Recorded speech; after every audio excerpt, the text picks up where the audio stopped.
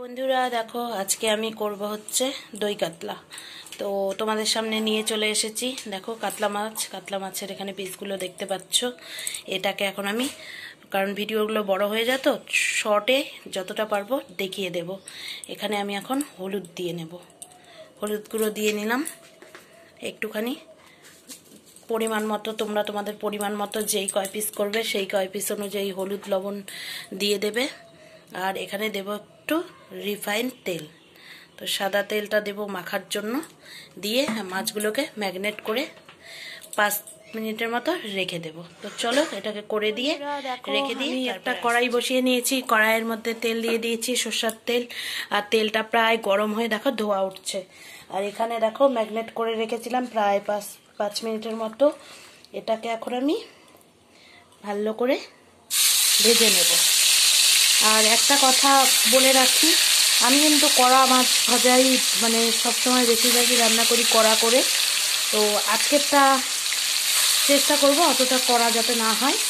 এটাকে কড়া না করে উল্টো পাল্টে ভেজে নেব। বন্ধুরা এই দেখো মাছগুলো আমার ভাজা হয়ে গেছে। আর কড়াইয়ের মধ্যে তেলটা তো ছিলই, আমি তেলের মধ্যে 2টো শুকনো লঙ্কা ফোড়নে দিয়ে দিয়েছি। আর দেব হচ্ছে একটুখানি সাদা জিরাটা প্রায় লাল লাল লাল লাল হয়ে গেছে। এখন আমি এখানে কেটে রেখেছি তেজপাতা। তো তেজপাতাটাকে দিয়ে নেব, তেজপাতা। আর আমি একদমই প্রথমেই বলে দিই, ঘরোয়া পদ্ধতিতে করছি দই কাতলাটা, একদমই ঘরোয়া, খুব সহজ রেসিপিতে। এই দেখো এখানে আছে এলাচ আর হচ্ছে লং। এটাকে দিয়ে দিয়েছি। গ্যাসের ফ্লেমটা একদমই নর্মাল করে রেখেছি। এটাকে দিয়ে এবার আমি এখানে দেখো করে রেখেছি মশলা, আদা, পেঁয়াজ, রসুন, লঙ্কা সব বেটে নিয়েছি। আমি কিন্তু কোনো কাজু কিশমিশ বলো বা কোনো কিচ্ছু এখানে ব্যবহার করব না। একদম ঘরোয়া, একদম মানে সবার তো সবসময় ঘরে সব কিছু থাকে না, একদমই ঘরোয়া পদ্ধতিতে কিন্তু খেতে কিন্তু হ্যাপি টেস্ট হবে। আর একটু হলুদের গুঁড়ো না দিলে ভালো লাগবে না, একদম সাদা কালারটা আমার ভালো লাগে না, তাই একটু হলুদ দিয়ে নিয়েছি। আর এখানে আছে চিনি আর লবণ। তো এই পেস্টটাকে আমি দেখো এখানে তেলের মধ্যে দিয়ে দিলাম। এটাকে আমি ভালো করে এখন ভেজে নেব, নেড়ে নেড়ে নেড়ে নেড়ে কষিয়ে ভেজে নেব মশলাটাকে। তো চলো আমি আগে এটাকে ভেজে নিই, তারপরেই আসছি তোমাদের সামনে। তোমরা ততক্ষণ আমার ভিডিওটা দেখতে থাকো, আর কেউ কিন্তু স্কিপ করো না। আর প্রথমেই বলে দিই, মানে যেহেতু দই কাতলা করতে কিন্তু মানে বিয়েবাড়ির রেসিপি অনুযায়ী করতে গেলে অনেক কিছু আরও লাগে। ও আর একটা যেটা দিয়েছি মশলার মধ্যে, পোস্ত। তোমরা পোস্তটা তো দিতেই হবে, এটা তো জানো। আমি অল্প করে পোস্ত দিয়ে নিয়েছি। আর দেখতে পাচ্ছ জিরা, আদা, লঙ্কা, পেঁয়াজ, আদা, রসুন সব বেটে, পোস্ত দিয়ে বেটে একসঙ্গে করে নিয়েছি। আর এটা দিয়ে এখন আমি ভালো করে মশলাটাকে কষিয়ে নেব। তো এটা হচ্ছে সহজ একদম ঘরোয়া পদ্ধতিতে এটা হচ্ছে রান্না। তো চলো মশলাটা ভেজে নিই। দেখো আমার মশলাটা কিন্তু ভালো করে ভাজা হয়ে গেছে। আর এটার থেকে আমি যেহেতু তেল কম দিয়ে করেছি, তো যাই হোক হালকা হালকা তেল কিন্তু ছেড়ে দিয়েছে। আর জানো তো এই গরমে ওই হিবিজিবি রান্না বলো বা কাজু কিশমিশ দিয়ে রান্না করলে ওগুলো খেতে ভালো হয় ঠিকই, কিন্তু শরীর খারাপ হওয়ার ভয়টা বেশি থাকবে। আর এরকম শর্টকাটে সহজ পদ্ধতি যদি করে খাও কিছু কিন্তু হবে না।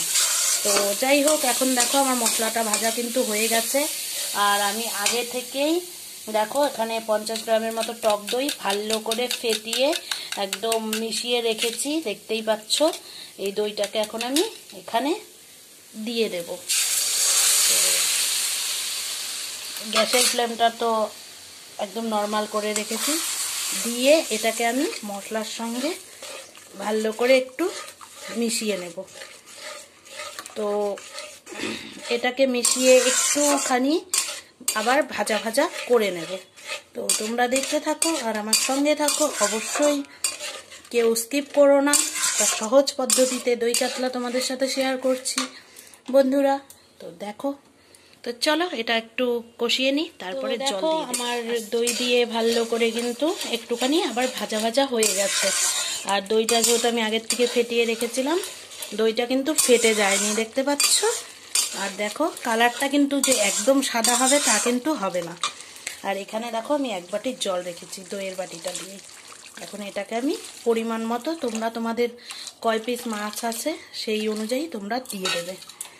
তো আমি আমার পরিমাণ মতো 1 বাটি জল দিয়ে দিলাম। এখন আমি এটার মধ্যে ভালো করে আস্তে আস্তে ভেজে রাখা মাছগুলোকে দিয়ে দেব। তো এভাবে মাছগুলোকে আগে দিয়ে দিই। মাছগুলোকে সব দিয়ে তারপরে মোটামুটি 5 মিনিটের মতো ফুটতে দিতে হবে। তো চলো, আমার মাছগুলো দেওয়া শেষ, কমপ্লিট। এটা না ঠিক তাওয়া টাইপের কিছুর মধ্যে করলে না ভালো হয়, জানো তো। আমি তো কড়াইয়ের মধ্যে করছি যেহেতু মাছের পিস বেশি। তো যাই হোক, চলো এভাবেই করে নিই। এখন এটাকে গ্যাসটাকে বাড়িয়ে দিয়েছি। এখন এটা বন্ধুরা, এই দেখো আমার দই কাতলা কিন্তু আমি ঢাকাটা খুলে দিয়েছি, রেডি, দেখতেই পাচ্ছ। আর গ্রেভিটা কিন্তু সুন্দর হয়েছে, খেতেও কিন্তু বেশ হয়েছে। আর এখানে দেখো আমি কিছু ধনেপাতা কুচিয়ে রেখেছি, এগুলোকে এখন আমি ওপর দিয়ে দেব। তো এই ধনেপাতাগুলোকে দিয়ে একটু নাড়া দিয়ে আমি কিন্তু নামিয়ে নেব। দেখতে পাচ্ছ কি সুন্দর লাগছে। চলো গ্যাসটাকে অফ করে দিই। আমার দই কাতলা রেডি। আমি একদম নামিয়ে নিয়ে, আমার দই কাতলাটা রেডি হয়ে গেছে। ওপর দিয়ে ধনেপাতাটা দেওয়া আছে, কি সুন্দর হয়েছে। তোমরা অবশ্যই কমেন্টে জানাবে যে কেমন হয়েছে আমার দই কাতলার রেসিপিটা। আর খুব সহজ পদ্ধতি, ঘরোয়া পদ্ধতিতে একদম বিয়েবাড়ির মতনই কিন্তু খেতে টেস্ট হয়েছে। তো যাই হোক, ঘরে থাকা উপকরণ দিয়ে দই কাতলা করে ফেলেছি। তো তোমরা অবশ্যই কমেন্টে জানাবে যে কেমন হয়েছে আমার রান্নাটা। আর এখনো পর্যন্ত যারা আমার ভিডিওটা দেখছো, লাইক দিতে ভুলে গেছো, প্লিজ একটা লাইক করে দাও, সবাইকে বলছি। আর যারা নতুন এসেছো আমার চ্যানেলে তাদেরকে সুস্বাগতম। আর আমাকে প্লিজ নতুন যারা আছো একটু বন্ধ করে নাও, আর পাশে থাকা বেল আইকনটি বাজিয়ে দিও টুং টুং করে, যাতে আমার ভিডিওগুলো চটজলদি তোমাদের কাছে পৌঁছে যায়।